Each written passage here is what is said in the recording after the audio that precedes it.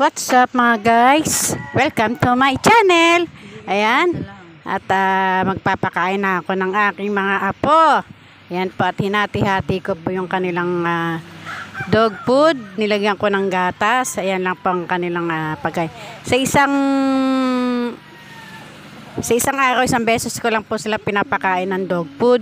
At ang kasunod po niyan ay alas 2 na po. Ayan.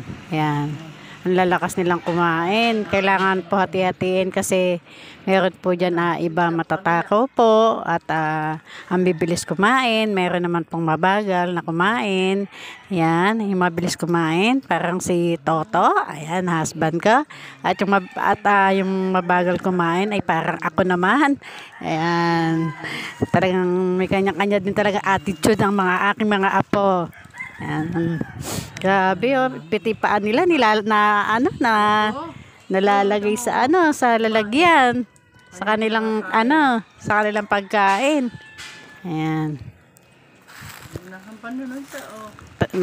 Nakita nyo naman po ang katawan. Siksik na po ang kanilang mga katawan simula po nung napurga ko sila.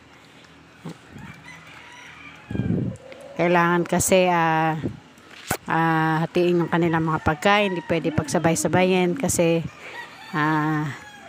hindi lahat ay pantay-pantay yung kanilang pagkain pag pinag-isa ko sa isang lalagyan. Yan po. Dalawa-dalawa lang ang lapag ko. Kailangan minsan kasi nalilito ako sa kanilang mga itsura, lalo yung tatlong itim.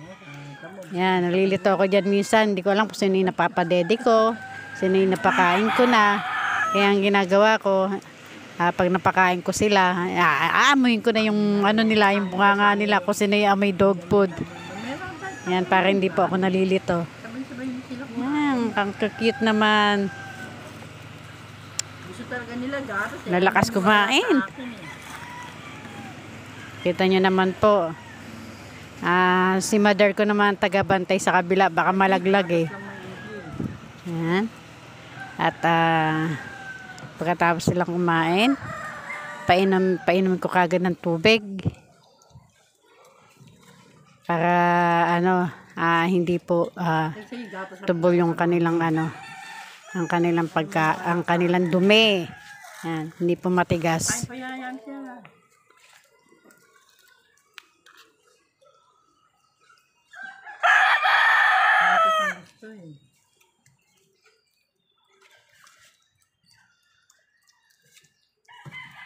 Ayaw kainin ng sinip-sip lakas niya gawa.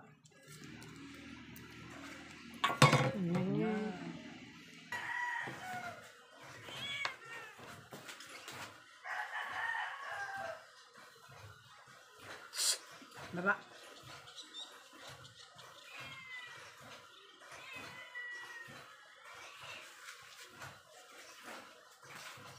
Sige, nagaling nakaagad.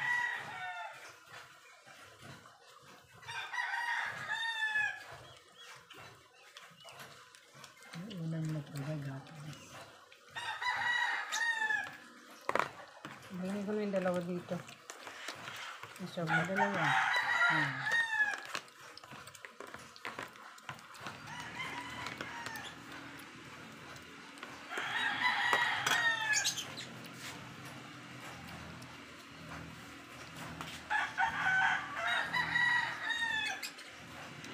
Ayan, at nilagay ko na yung dalawa dahil 4 na hati na po yan.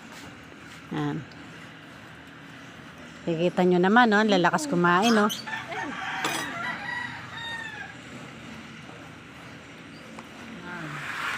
para sure na nabubusog silang lahat. Kailangan kasi na hati-hatiin ko yung kanilang dog food para hindi po sila ganun tumaba at siksik lang po ang kanilang laman.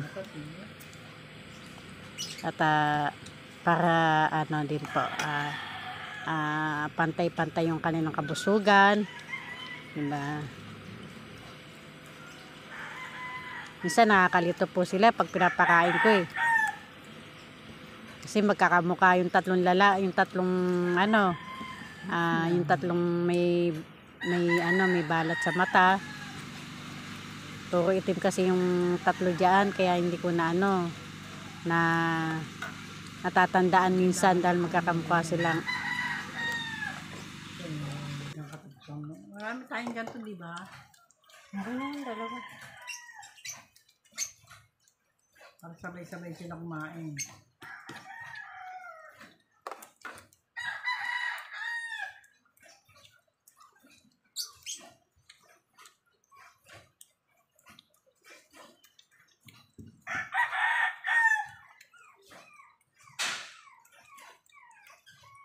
Ano kain na kahit tumayo umalik na yan. Yan sila.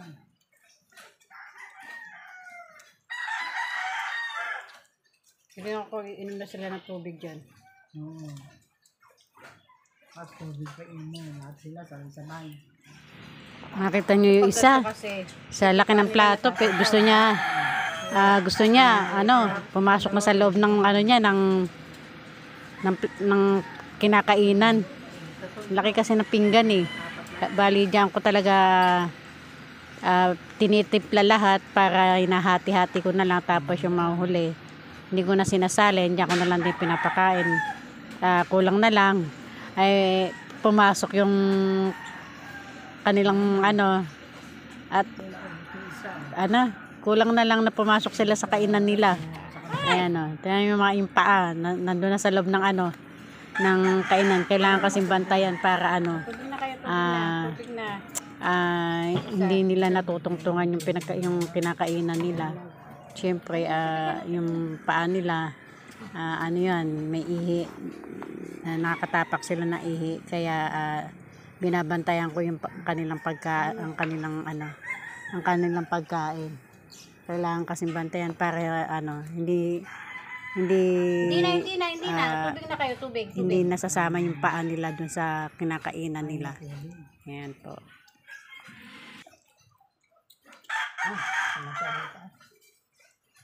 Yeah.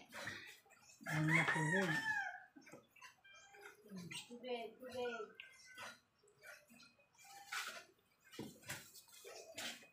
Dito na kayo, dito na. Malaki na dyan itong dalawa. Balik na. Sige.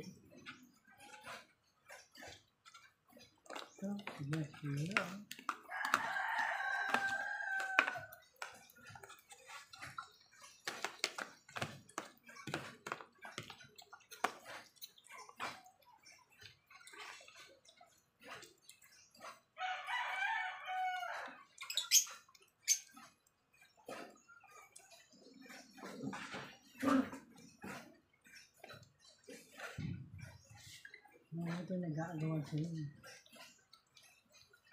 Okay. Sige ka.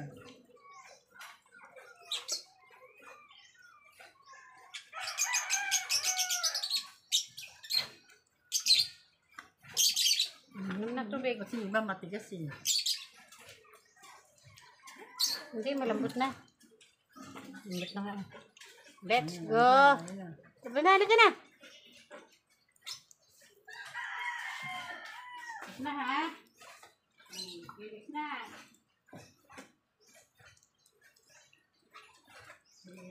Para madali kang pakain. Tubig na. Inom.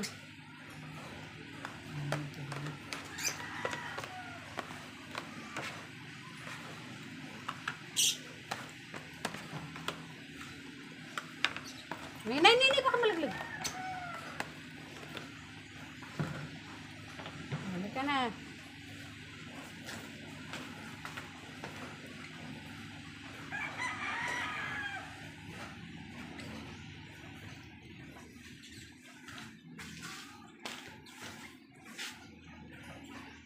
Ayan to.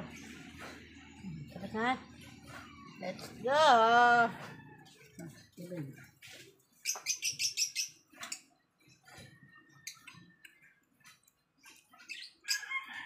Ayan na.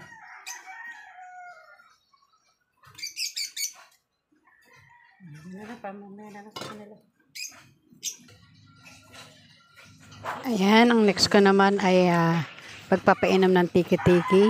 Ayan po, iniisa-isa ko din po sila at tinatandaan ko kung sino yung mga napainom ko ng tiki-tiki para hindi po ako nalilito. Ang ginagawa ko, nilalagyan ko ng gamot yung kanilang labi para natatandaan ko sino yung napapainom ko. Minsan kasi nadodoble yung papainom ko sa kanila. Kaya nagiging ano na ako dahil yung iba kasi minsan hindi ko pala napapainom. Kaya tinatandaan ko na lang, nilalagyan ko ng gamot ang kanilang balahibo. Diba? Para nalalaman ko. Kasi nga magkakamukha nga sila. Then,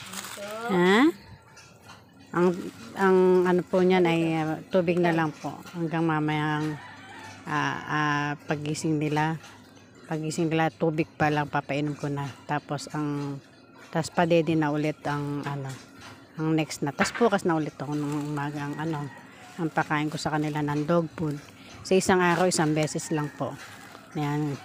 At kung sino po yung gustong mag-inquire, yan po, andyan po ang aking Facebook. At inquire lang po kayo.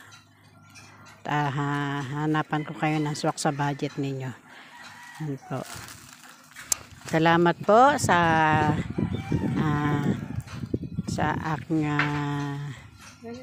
salamat po sa pagpapanood ninyo ng aming vlog at i-update ko po kayo ulit at salamat sa sub, like and share at ting kalembang all para nakapag-update kayo sa aming mga vlog.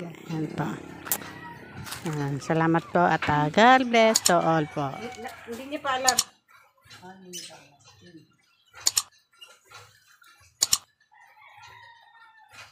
Ah,